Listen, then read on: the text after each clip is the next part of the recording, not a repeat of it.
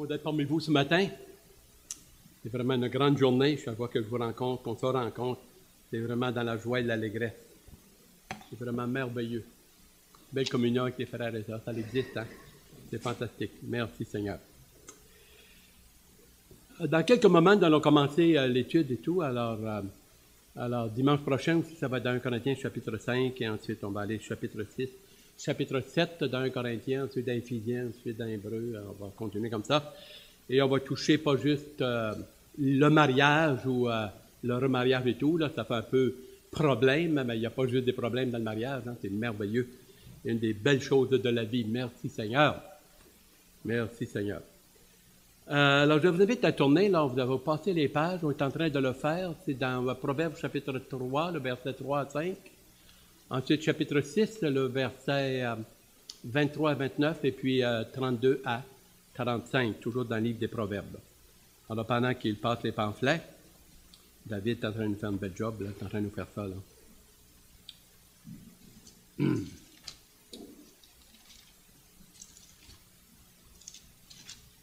Proverbes chapitre 3, le verset 3 à 5. 5, c'est-à-dire 5 à 7 même, j'ai dit. Proverbe 3, 5 à 7. Confie-toi en l'Éternel de tout ton cœur. Ça, c'est vraiment de tout ton cœur, pas à peu près. Et ne t'appuie pas sur ta sagesse. Reconnais-le dans toutes tes voies, et il aplanira tes sentiers. Ne sois point sage à tes propres yeux. Crains l'Éternel et détourne-toi du mal. Proverbe chapitre 3, le verset 5 à 7. Et ensuite, on tourne au chapitre 6, le verset 23 à 29. Car le précepte est une lampe et l'enseignement une lumière, et les avertissements de la correction sont le chemin de la vie. Ils te préserveront de la femme corrompue et de la langue doucereuse de l'étrangère, de la non-sauvée, la non-chrétienne, de la langue étrangère. Ne la convoite pas dans ton cœur pour sa beauté, et ne te laisse pas séduire par ses paupières. Car pour la femme prostituée, on se réduit à un morceau de pain, surtout si on fait faillite, là, un morceau de pain. Et la femme mariée rend un piège à la vie précieuse. Quelqu'un mettra-t-il du feu dans son sein sans que ses vêtements s'enflamment? On connaît la question, c'est impossible. Quelqu'un marchera-t-il sur des charbons ardents sans que ses pieds soient brûlés? Impossible. Il en est de même pour celui qui va vers la femme de son prochain. Oh oh! C'est vu comme Adam ce qu'on est en train de traiter. Il en est ainsi pour l'homme qui s'approche de la femme de son prochain. Quiconque la touche ne restera pas impuni. Verset 32 à 35. Mais celui qui commet un adultère, un homme marié, une femme mariée va avec, alors deux hommes mariés qui, c'est-à-dire un homme marié et une femme mariée qui changent de partner, changent de client, mais celui qui commet un adultère avec une femme est dépourvu de sens. Il est sauté bien raide. Celui qui veut se perdre agit de la sorte. Il n'aura que plaie et ignominie, et son opprobre ne s'effacera point. Car la jalousie met un homme en fureur, et il est sans pitié au jour de la vengeance. Il n'a égard à aucune rançon, et il est inflexible quand même tu multiplierais les dons. Ça fait tout un arrière-plan. Alors on va, si vous voulez bien, courber devant le trône de la grâce, aller devant ce grand thème si précieux, actuel de nos jours, s'il vous plaît. Prions. Bien-aimé, tendre Père, que ta grâce soit sur nos cœurs, sur notre âme, sur cette assemblée. Que l'Esprit Saint puisse descendre, saisir nos cœurs, notre intelligence, nos émotions, nos sentiments, et vraiment tout notre être, Seigneur. Et que tu trouves des cœurs, des hommes et des femmes, jeunes hommes et jeunes filles, ou jeunes enfants, qui vraiment veulent marcher dans la droite voie, la droite de la bonne parole, de la correction, de la lumière et du bonheur. Et du bonheur. Et la voie que tu nous proposes est une bonne voie. Pour notre bien ici-bas, notre édification. Sois avec ceux qui sont de cette assemblée, en avant comme en arrière, à ma gauche comme à ma droite. Sois avec moi, sois avec nous. On est dans ce bain, on est dans ce contexte. Et tu nous avertis, tu nous éclaires. Toute la gloire, la louange te reviennent et merci pour rendre ce temps précieux avec ta bonne parole. Amen. Amen. Amen. Nous allons continuer. Vous avez sur la feuille, c'est la feuille numéro 3, c'est-à-dire commençant dans le Nouveau Testament, la feuille 1, 2, 3, puis on va aller à peu près vers la feuille 8, si le Dieu me garde la vie et si le bon conseil me le permet. Alors, on va toucher toute une gamme, c'est la grosse affaire. Là, il faut... Vraiment, c'est toute une affaire. C'est toutes les passages que nous allons voir. Nous avions vu, et juste au début, vous avez les pharisiens. C'était un contexte où, alors, le Seigneur, les apôtres, ils se débattaient. Là, vous avez des écoles. L'école de Hillel, qui était une école rabbinique dans le temps du Seigneur, puis elle était large. Pour n'importe quoi, pour une petite picadille, tu pouvais renvoyer ta femme si elle avait brûlé la soupe. Brûler la soupe, il faut le faire, hein? Et puis, n'importe quoi, au fond, c'était ridicule, mais c'était la liberté. L'homme était libre. Clouc, clouc, clouc, une petite note, mon ami. Je te divorce, pogne ça, ouais. Ferme la porte, puis bonjour. Bonjour, arbitre de digne, et puis je suis la fin des good. Et ensuite, alors, il y avait cette école-là, très, très fort. Et puis, il y avait l'école de Chamé. Chamé, lui, était conservateur. Alors, il y avait plus dans Deutéronome 24, le verset 2 à 4, et puis dans Lévitique 18, et puis 22, puis Deutéronome et Nombre, et ces choses-là. Alors, lui, c'était du sérieux. Ils l'ont piégé, et puis, il y en avait deux autres. Il y avait aussi Nicodème. Et Nicodème, il était quand même pas pire. C'est lui qui est allé dans Jean chapitre 3 rencontrer le Seigneur de nuit, parce qu'il ne voulait pas trop se faire critiquer par ses pairs durant le jour. Et un autre était Gamaliel. Intéressant. Gamaliel, Paul dit, j'ai été au pied de Gamaliel. Paul, là, l'apôtre Paul, là, c'est un génie, ça. Un génie. Plus que cela. C'était un génie avec un cœur d'amour. Et étudier la vie de l'apôtre Paul, là, tout combiné, tout pacté de faire comme ça, là, c'est colossal. Il y a un nommé F.F. Bruce, un théologien frère, beautiful, un théologien merveilleux, une perle. C'est une sommité, il est mort malheureusement, une sommité qui a écrit sur la vie de l'apôtre Paul. Un bouquin se dépeint sur la vie de l'apôtre Paul. Paul donne son témoignage dans Timothée, j'étais un blasphémateur, pas qui sacrait des mots épais, là, mais de la fausse doctrine. Et alors, vous avez dans ce contexte, et là, on essaie de le coincer, puis il apporte des questions là, de divorce, puis de mariage, puis de lapider, puis toute sa grosse affaire. S'il y a un thème qui est populaire aujourd'hui, c'est bien cela. Et t'as toute une bouillie là-dedans, je m'excuse. Alors, c'est le contexte. Nous avons vu la semaine passée, ou il y a 3 semaines, où le Seigneur avait dans Matthieu 5, et puis dans Matthieu 19, par exemple, il apporte ce sujet-là, on le coince, mais le Seigneur n'est pas coincé du tout, là. On essaie de le coincer. Et puis, il prend ces passages, il retourne dans l'Ancien Testament. Si on vous a fait prendre l'Ancien Testament, donc ça a quand même été un peu long, mais c'est la base. À peu près 25 à 30% du Nouveau Testament se réfère à l'Ancien. Si on ne connaît pas l'Ancien, vous ne l'avez pas étudié avant, là, on flotte un peu, hein. On flotte un peu.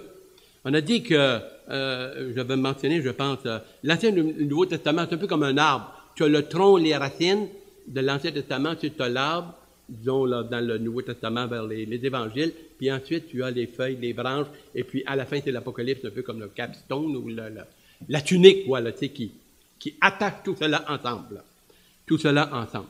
Alors, il mentionne dans celui qui quittera son père et sa mère, s'attachera à sa femme, et les deux seront une seule chair. Ils sont vus comme une unité. Tu as 2 mains, tes mains ensemble, c'est un tout. On appelle ça unicité. Unicité. Regardez dans le dictionnaire. Et puis, les deux divisions, que l'homme ne sépare pas ce que Dieu a uni ensemble. Ça, c'est dans Genèse 2.24. Genèse 2.24, ça, c'est le principe. Et Dieu, là, quand Dieu dit quelque chose, là, je vais le dire avec respect, il ne dirait pas qu'il est toqué, là, mais quand il dit une chose, il lâche pas le morceau. Il lâche pas le morceau. Et un jour, ça va être comme ça. Il n'y a personne qui va séparer ça. Mais présentement, là, il y a des accommodations. Je suis obligé de le faire avec Moïse. À un moment donné, le peuple d'Israël, c'était tellement rendu, là, le massacre, c'était tellement le bordel là-dedans, là, que Moïse a dit, écoute, ça va sauter, cette affaire-là. Alors, il a adouci un peu. Adouci un peu. Et puis là, on arrive et que l'homme ne sépare pas. Et il met une clause, sauf en cas d'adultère. Il y a des versions qui disent infidélité. Jérusalem dit fornication. Alors, pornéa ou maoshia. Alors, vous avez dans cette chose-là. Ce que je veux vous faire souligner, c'est ceci, dans les premiers, le point numéro 1, là, c'est que ce qui est assez intéressant, Matthieu, alors, à 2 reprises, le Seigneur, de Matthieu 19, 1 à 9, et dans Matthieu 5, surtout le verset 31 et 32, il apporte une clause, mais Marc et Luc ne le font pas. Jean n'y touche pas. Pourquoi? C'est un petit peu, il n'y a pas contradiction, il y a complémentarité. Tu beau un peu, complémentarité. Ce qui veut dire, pourquoi que le Seigneur apporte, ou du moins rapporté par Matthieu, sauf pour cause d'infidélité, là, on a un petit break quand même. Tu sais, on a... mais quand tu arrives dans Marc et dans Matthieu, ça y est pas, ça, même ça va un petit peu plus loin. C'est juste que l'homme ne sépare pas ce que Dieu, alors, a uni. Point à la ligne. Marc ajoute, et il parle que le mari ne sépare pas sa femme, ne la divorce pas, ne la renvoie pas, avec une lettre de divorce qui confirme, disons qu'il l'a renvoyée pour protéger la femme. C'était pour la protéger à cause de la dot de l'Ancien Testament, ou alors le père donne une dot à sa fille, et puis pas commencer à renvoyer la femme puis garder la terre, la maison ou les bœufs. Alors, il y avait une protection d'amour de la part du Seigneur qui avait été donnée. Deutéronome 24, le verset 2 et 4. Luc, lui, mentionne, il parle de la femme. Il ajoute, mais il n'a pas la clause, sauf pour cause d'infidélité. L'avez-vous remarqué, ça? Je crois que oui. C'est assez intéressant. Pourquoi? Bien, on vous le mentionne ici, c'est que Marc et puis Luc écrivaient à des Grecs, alors c'est la portion de leur évangile, leur lettre pastorale, si on peut dire, et puis à des Grecs et à des Romains. Et les Romains, ça c'était, pas besoin de le mentionner, c'était inclus. C'était pris pour acquis, alors il n'y a pas besoin de le faire. C'est-à-dire que Matthieu, là, dans Matthieu, à la fois qui était juif et le Seigneur qui s'adressait, surtout le livre de Matthieu, lisez-le avec les yeux juifs. Ça, c'est officiel. Officiel. Toutes les paraboles, toute cette dimension-là, il faut toujours à la lumière des Juifs et de ce contexte-là.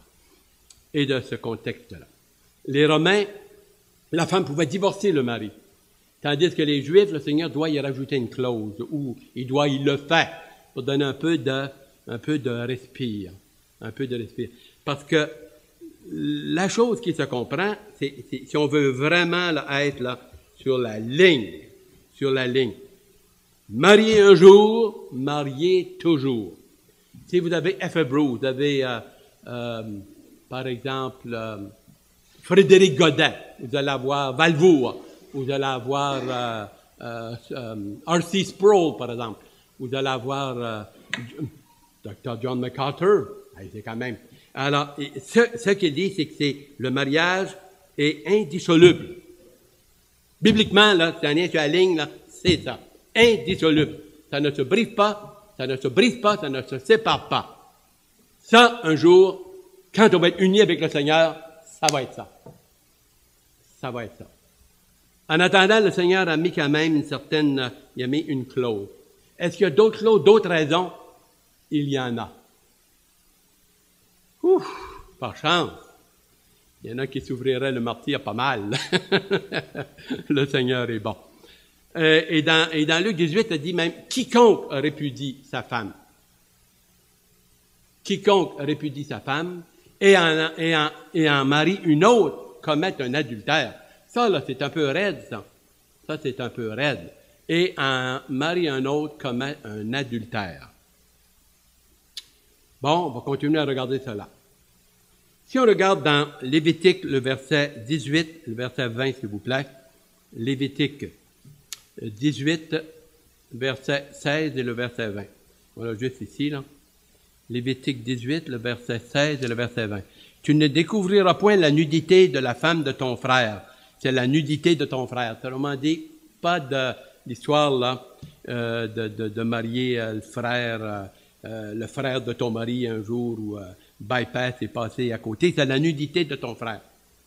Verset 18. Tu ne prendras point la sœur de ta femme pour exciter une rivalité en découvrant sa nudité à côté de la femme de ta femme pendant sa vie. Il y a bien des passages, on reviendra un peu plus tard dans le grand contexte. Dans Romains chapitre 7, le verset 1 à 3, lisons, je vous invite à tourner dans Romains 7, le verset 1 à 3. L'apôtre Paul est un pro, hein, vraiment là, cultivé et versé dans l'Ancien Testament au bout. D'ailleurs, quand il s'est converti, il a pris 3 ans, et puis il s'est retiré et il a tout repassé à la lumière de sa conversion et de l'Esprit de Dieu. Il a tout repassé l'Ancien Testament. Pendant 3 ans, il s'est mis à part, et là, il est allé à l'école biblique, vraiment du Seigneur et du Saint-Esprit. Ensuite, nous avons, imaginez-vous, frères,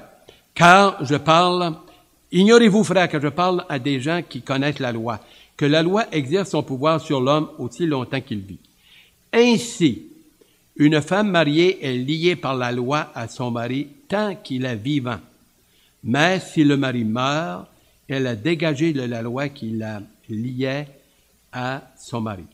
Si donc du vivant de son mari, elle devient la femme d'un autre homme, elle sera appelée adultère. Mais si le mari meurt, elle est affranchie, et le mot est intéressant, affranchie, les liens sont coupés comme des chaînes. Elle est affranchie, c'est un terme ça, qui va avec l'esclavage, elle est affranchie de la loi, de sorte qu'elle n'est point adultère en devenant la femme d'un autre. La femme d'un autre. Alors, Jean-Baptiste fonctionnait, et ça, c'était l'Ancien Testament, et c'était vraiment ce que, alors, Dieu demandait, et il y avait certaines clauses. On le verra dans Corinthiens, chapitre 7, et d'autres mots. Jean-Baptiste, JB, Jean le Baptiste, lui qui baptisait, bien, il est arrivé en conflit, puis pauvre Jean, il en a arraché pas mal. Il a voulu prendre position pour Dieu, pour la loi, pour l'Ancien Testament, et puis il y avait Hérode, là, qui était un petit peu flyé, là, et voici ce qui est arrivé. Dans Matthieu chapitre 14, le verset 1 à 4, virgule 10 à 11. Si vous voulez tourner avec moi. Matthieu chapitre 14, le verset 1 à 4. Bon.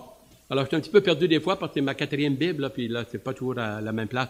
En ce temps-là, Hérode le tétrarque, ayant entendu parler de Jésus, dit à ses serviteurs, c'est Jean-Baptiste, parce qu'il était mort. Il a ressuscité des morts, et c'est pour cela qu'il se fait par lui des miracles. Car Hérode avait fait arrêter Jean, l'avait lié et mis en prison à cause d'Hérodias, femme de Philippe, son frère. Il a marié la femme de son frère. Parce que Jean lui disait à Jean-Baptiste, il n'est pas permis de l'avoir pour femme. Il voulait le faire mourir, mais il craignait la foule. Et cela continue. Verset 11 au verset 12. C'est que ce qui est arrivé, c'est Hérode, il a fait un grand festin. Il y avait alors Hérodias qui avait marié la femme de son frère. Il n'y avait pas le droit de le faire. Jean-Baptiste a fait des reproches. T'es pas correct, t'as pas le droit de faire ça. Ah oui, en prison, bonhomme. On va t'arranger, toi. Mais là, pendant qu'il est en prison, Hérode fait une fête. Et puis, la fille d'Hérodias, elle s'appelait Salomé en passant. Vous ne l'avez pas, mais alors, Cicéro, lui, là, c'est un historien, il mentionne son nom. Salomé, la jeune fille. Elle vient, moi, elle fait une danse, là, la gros kit, moi, ta dandine. Et Hérode, là, il perd la tête bien dur. Bien dur. Là, la noblesse d'un roi était de faire des serments, des générosités, d'être vraiment magnanime. Et il dit, écoute, je suis tellement, là, parti, demande-moi ce que tu veux à cette jeune Salomé, puis je te donnerai fût-ce la moitié de mon royaume. Quand même, il faut le faire, hein. Ça, c'était, là, pour dire, là, moi, là, c'est le top. Elle va pas dire à sa mère, elle va dire, qu'est-ce que vous devriez demander? La tête de Jean-Baptiste. La tête de Jean-Baptiste. Barabbas ou Jésus? La moitié du royaume ou la tête de Jean-Baptiste? Ça vaut cher, hein, la tête d'un chrétien. On veut s'en débarrasser, hein. On est dans une guerre cosmique. Il est dit dans le psaume 116, le verset 15, il est doux la mort de l'enfant de Dieu. Elle a du prix, la mort du croyant, de l'enfant de Dieu, au cœur de Dieu. Elle est précieuse, la mort de l'enfant de Dieu, au cœur de Dieu. Psaume 116, le verset 15, vous l'avez. Et alors, il a fait envoyer son gardien, ils l'ont pris, clouc, et ils sont arrivés avec la tête de Jean-Baptiste sur le plateau. Triste, hein? Quand on veut prendre position pour la vérité, on se fait des ennemis. Il est dit dans Timothée, celui qui veut vivre pieusement sera, le mot commence par paix, persécuté. Persécuté. Jean-Baptiste, pauvre lui. Deuxième point, on s'en va dans Jean chapitre 4, le verset 16 à 19. Jean 4, le verset 16 à 19. Bon, c'est la Samaritaine, vous connaissez le passage, vous êtes bien versé, il n'y a pas de problème. Verset 15, elle dit, Seigneur, donne-nous, c'est Jean 4, verset 16 à 19, je prends 15. La femme dit, Seigneur, donne-moi cette eau afin que je n'ai plus soif et que je ne vienne plus puiser ici. Va, lui dit Jésus, verset 16, appelle ton mari et viens ici. Oh, la question. Avait débattu théologiquement, d'autres c'est la montagne, puis tu sais, la grosse affaire, nous autres en bonne religion. À un moment donné, là, et Coco, il dit, écoute, va chercher ton mari. Ton mari, ben, elle dit, j'en ai pas. Right on, baby, right on. Il dit, au moins, il l'a félicité, il dit, t'es correct, au moins, t'as été honnête sur ce côté-là. Tu n'as eu 5. Tu n'as eu 5, Marie. Hey, t'as une autoroute, cette affaire-là. Tu n'as eu 5. Maintenant, ce qui est arrivé, c'est qu'il y en a qui sont peut-être morts. Peut-être, on est dans les probabilités. Peut-être morts, divorcés, sacré son camp. Il y en a masse qui font ça, hein? Clouc, clouc, clouc, ils partent en bon. Onomatopée. Clouc, clouc, clouc, clouc. Alors, arrive et puis, flac, mon ami, il dit, tu n'as eu 5, mais celui que t'as, là, prends note de ça, là, c'est pas ton mari. Ah non, à côté. À côté. Vous connaissez ce mot-là? Je l'ai marqué ici. À côté, concubinage, état de fait, union de fait, union libre, union ouverte, union fermée. Et même, on a développé des langages que si on ne fait pas attention, même parmi les chrétiens, on l'emploie. C'est pas un reproche, c'est pas un péché, mais par exemple, on va dire à propos de notre épouse, c'est ma blonde. Ah, peut-être les cheveux noirs. C'est ma blonde, c'est mon chum. Ah, t'es pas marié? Moi, je ne sais pas, maintenant, peut-être que je suis vieux jeu, ça se peut, j'ai quand même des cheveux gris. Tout ça. Mais Rachel, c'est pas ma blonde. Et je ne suis pas son chum. Je suis son mari et son époux. Et son bien-aimé. Et sa douce moitié. Oui, je le suis. Écoute, j'ai dit des fois, Rachel, ma chérie, quand je me regarde, je me désole, puis quand je te regarde, je me console. Et alors, mais, t'es rendu là. Écoutez bien ceci, hey, c'est flyé. Là, aujourd'hui, on a toutes des dames. Et là, je me disais cette semaine, quand est-ce qu'une jeune fille passe à la phase de dame? Est-ce qu'une fille de 16 ou 18 ans, je l'appelle madame ou mademoiselle? Qu'on allume? Parce que il y a tellement maintenant un brouhaha, puis de divorce, puis d'accotage, la grosse affaire comme ça, on a changé le langage. C'est ma blonde, c'est mon chum, c'est mon ami, c'est mon... Attends, c'est quoi, là? Toutes sortes d'affaires. Écoute, là, vous l'avez, hein? Ami, mon copain, ma copine. Mon copain, c'est ce qu'elle veut dire qu'elle est mariée ou elle n'est pas mariée? Je ne sais plus! C'est la confusion. Change le mot, puis change tout. On l'a vu, hein, dimanche, il y a deux choses à faire avec le P, puis avec un R. Un P, puis c'est juste une petite coche, là. Puis ce qui est, au lieu d'être pou, ça fait roux. Hein, tu changes complètement l'affaire, juste avec une petite affaire. Alors tu changes. Maintenant, c'est la blonde, c'est ma copine, c'est ici, c'est ça. Savez-vous qu'est-ce que j'ai vu? À la télévision, je l'ai vu de mes yeux, vu que j'ai vu. C'est un mariage qui avait lieu au bord de la plage. Et puis quand c'est venu pour la cérémonie, là, et c'était un marin, disons, un homme de 60 d'années qui était retraité. Et quand il est venu à faire les vœux, une place dans les vœux, tu dis, et renonçant à tout autre. Ça, c'est le punch, là. Ça, c'est l'engagement. Et renonçant à tout autre. Il n'a pas voulu le dire. Il n'a pas voulu le dire. Alors là, je ne sais pas, peut-être le padre ou le curé ou le pasteur, je ne sais quoi, il est un petit peu embêté. Ben, et renonçant, puis non, non, oublie ça, chum. Oublie ça. Oublie ça. Et renonçant à tout autre. À tout autre.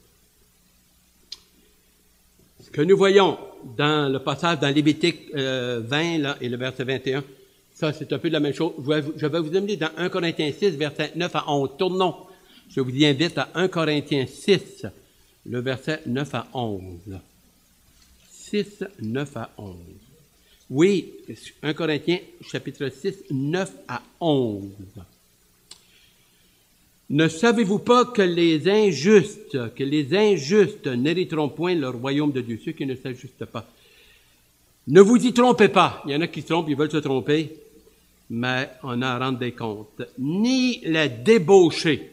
Il ne doit pas en avoir aujourd'hui certains, ça, voyons donc. Ni les débauchés, ni les idolâtres, ni les adultères, ni les effimités ou les homosexuels, ni les infâmes, ni les voleurs, ni les cupides, ni les ivrognes, ni les outrageux, ni les ravisseurs n'hériteront le royaume de Dieu.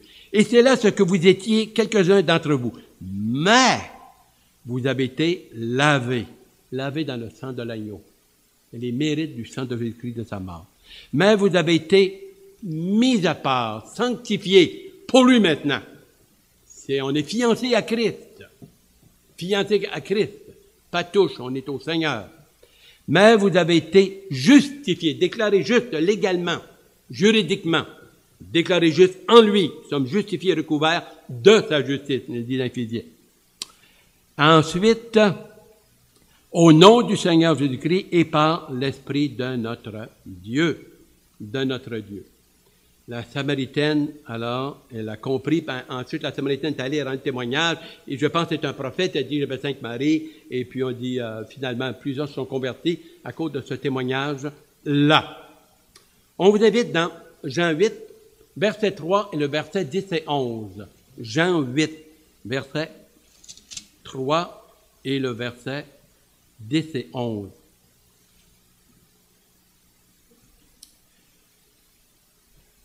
Jean chapitre 8. Est-ce que vous l'avez? Jean chapitre 8, vous l'avez? Ah, je suis content pour vous autres. C'est bien ça. Ben oui. Quoi? Il n'y a pas d'amène ici? Jean chapitre 8. Alors les scribes et les pharisiens amenèrent une femme surprise en adultère. Pauvre elle, on dirait qu'on était toujours le dos des femmes. Ah, pas de bon sens, ils sont maganés. Et la plaça au milieu du peuple. Et si vous regardez, disons, avec d'autres passages, c'était dans la clôture du Sanhédrin, là, disons, Sanhédrin, là, il y avait une palissade, et là, ils l'ont mis au milieu, puis il y avait entouré de monde. Et là, c'était le showcase. Là, ils vont la coincer. Ils veulent coincer le Seigneur. Qu'est-ce que tu fais avec cette femme-là? Pris en flagrant délit. Ah, tu as un été, tu as un job. Pris en flagrant délit. Ah oui, à quelle place qu'il y a le mari, à quelle place qu'il y a le chum, à quelle place qu'il y a l'adultère. Ça en est sauvé. Au fond, là, il n'était pas sincère, il aurait dû avoir les deux, juste elle. Il me semble qu'elle n'a pas fait ça toute seule, là, il devait être deux. Il ne met pas un adultère tout seul. Mais l'homme n'est pas là. Pas de blanche. Pauvre dame. Il n'y a rien de nouveau sous le soleil, hein. On te les magane, ça n'a pas de bon sens. Mais au fond, là, c'est pas elle qui voulait. C'est coincer le Seigneur. Et on l'a surpris en flagrant délit. Qu'est-ce que la loi nous dit? La loi de Moïse nous dit qu'on doit la lapider. Qu'est-ce que tu en dis, toi, maintenant? Il voulait le coincer. Il voulait le coincer. Moïse, dans la loi, nous a ordonné de lapider de telle femme. Toi donc, que dis-tu? Verset 5. Il disait cela pour l'éprouver afin de pouvoir l'accuser. Mais Jésus, s'étant baissé, écrivait avec le doigt sur la terre. Qu'est-ce qu'il a écrit? Vous ne le savez pas? Hey! Il fallait changer de lunettes. Peut-être. Peut-être, peut-être. Deutéronome, chapitre 17, le verset 7. Il y a affaire à des pharisiens, là, docteurs de la loi, scrupuleux, légalistes, minutieux et vicieux. Alors, Deutéronome 17, le verset 7, s'il vous plaît.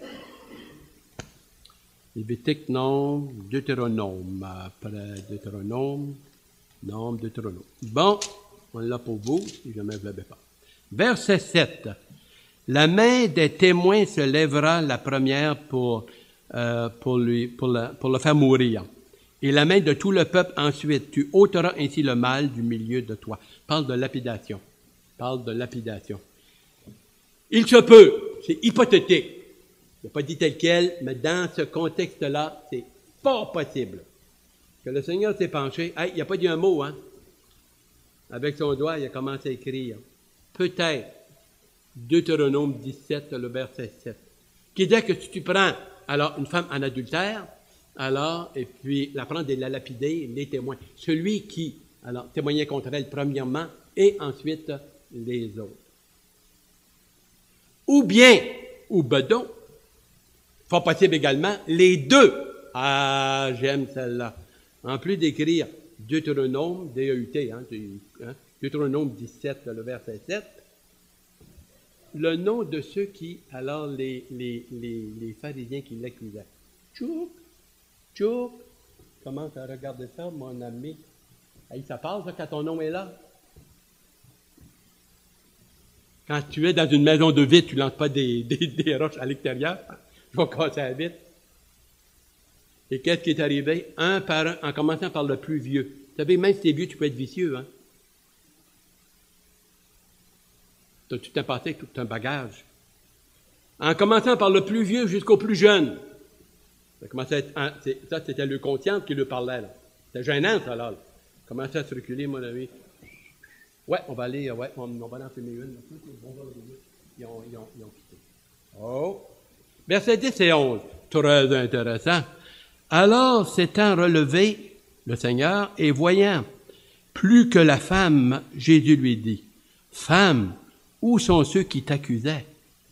Personne ne t'a-t-il condamné? » Elle répondit, « Non, Seigneur. » Et Jésus lui dit, « Je ne te condamne pas non plus. »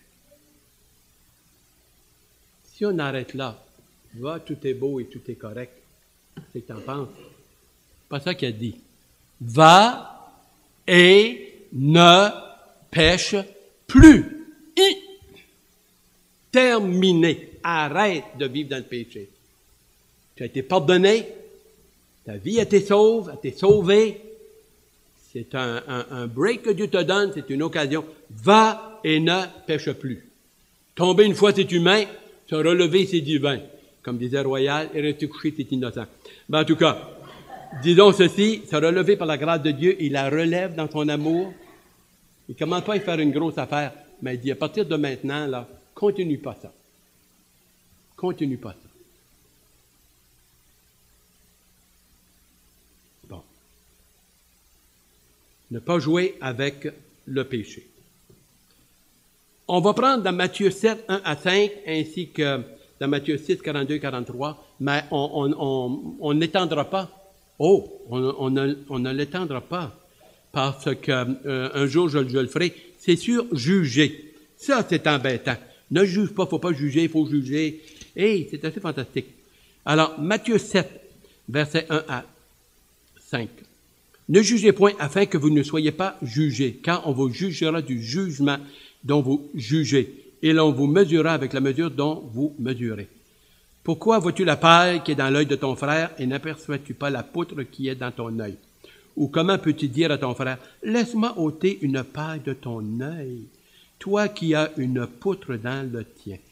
Il dit, hypocrite, ôte premièrement la poutre de ton œil, et alors tu verras comment ôter la paille de l'œil de ton frère. Et vous avez dans Luc 6, 42, qui dit un peu la même chose. Luc 6, 42, vous l'avez ici. On s'en va vers la fin. 42. Ou comment peux-tu dire à ton frère, laisse-moi ôter la paille qui est dans ton œil, toi qui ne vois pas la poutre qui est dans ton œil. Et puis c'est un peu la même chose, c'est une répétition. Une répétition. Romains 2, verset 3 et le verset 12, deux dernières références. Romains chapitre 2, verset 3 et le verset 12. Alors, on ne regardera pas ce matin à propos de juger, pas juger. C'est un message d'une étude en soi. Mais quand même, il est là et on en reviendra peut-être une autre fois, là, pas maintenant. Romains 2, le verset 3 et le verset 12. 3. Et penses-tu aux hommes qui jugent ceux qui commettent de telles choses et qui les fait, que tu échapperas au jugement de Dieu? C'est ce qui est arrivé avec comme on a vu, hein, dans Matthieu. Dans Matthieu. Et le verset 12. Tous ceux qui ont péché sans la loi périront aussi sans la loi, et tous ceux qui ont péché avec la loi seront jugés par la loi. Et nous voyons que dans les Écritures, dans Jean 8, le Seigneur a pardonné les péchés de cette femme et dit, moi non plus, je ne te juge pas. Va et ne pêche plus. Il a dit dans Ésaïe 43, 25, c'est tellement, je voyais Dr. Gilbert qui était, je pense que c'est le verset 22 que tu avais lu, hein, Gilbert? Je pensais que tu allais aller jusqu'à là. Ésaïe 43, le verset 25, à propos du pardon. Combien est-ce que c'est merveilleux d'être capable d'être pardonné. Pardonné, quelle grâce. C'est moi qui efface tes transgressions pour l'amour de moi, pour l'amour de mon nom, dit l'Éternel. Ésaïe 43, 25, pour l'amour de moi. Et je ne me souviendrai plus de tes péchés. T'en as de bonnes choses, hein, qui ne nous ramènent pas sur le nez. Et je ne me rappellerai plus de tes péchés. Luc 5, verset 24. J'ai marqué 25, mais faites une correction. C'est le verset 24. Luc 5, 24. Et puis nous avons d'autres passages qu'on va laisser faire. Luc 5, 24. Voici ce qu'il est dit ici. Mais, ajouta-t-il, je vous le dis en vérité, aucun prophète n'est bien reçu dans sa patrie. Je vous le dis en vérité, verset 25, il y avait plusieurs de veuves en Israël. Est-ce que j'ai le bon? Peut-être. Ah non, il me semblait que je n'ai pas le bon. C'est bien ça. 5, 24, hein? 5, 24. 5, 24, bon, OK. Ah oui, j'ai pas le bon. Ah, afin que vous sachiez que le Fils de l'homme a sur la terre le pouvoir de pardonner les péchés. Je te l'ordonne, dit-il au paralytique, lève-toi, prends ton lit et va dans ta maison. Dans ta maison. Aussi facile pour Dieu de pardonner le péché que de faire un miracle et de guérir. Et la même chose, nous avons alors dans 1 Jean 1, le verset 9. Si nous disons que nous n'avons pas de péché, nous faisons Dieu menteur. Alors nous sommes des pécheurs. On a besoin de venir chaque jour humblement, simplement et honnêtement dans la prière et vraiment faire attention et marcher vraiment selon la bonne parole de Dieu. Prions. Tendre Sauveur, que ta grâce nous accompagne. Et ce que tu veux lorsqu'on se marie, c'est que notre oui soit oui, que notre non soit non. Tout ce qu'on y ajoute vient du malin. Tu veux que le mariage soit pour vraiment le reste de notre vie. Romains 7, 1 à 3 et d'autres passages que nous verrons. Et s'il y a des exceptions et des clauses, c'est à cause de notre nature pécheresse, mais un jour, ce sera dans l'absolu et il en sera ainsi. Ce que tu commences, tu l'accomplis.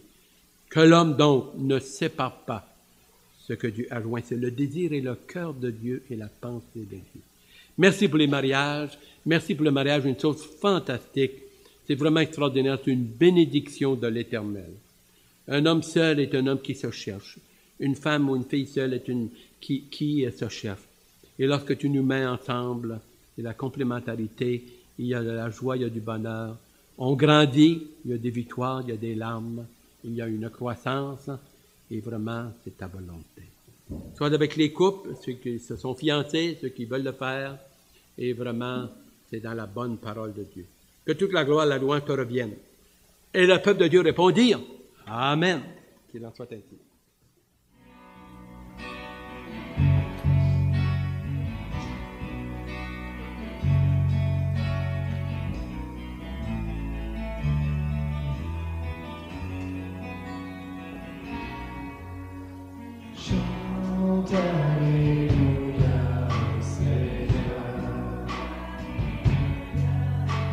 Chante Alléluia.